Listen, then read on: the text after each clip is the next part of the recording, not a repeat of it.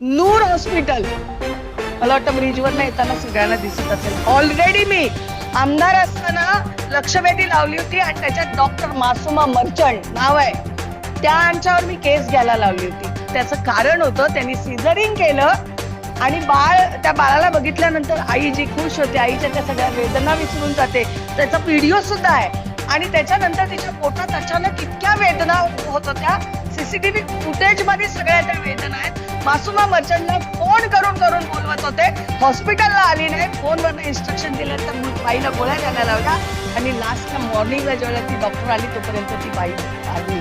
तुम्ही ती लक्षवेधी लावली होती. 1 दिवसाचं बाळ, त्याची आई त्याच्या डॉक्टरांच्या हलगर्जीपणामुळे.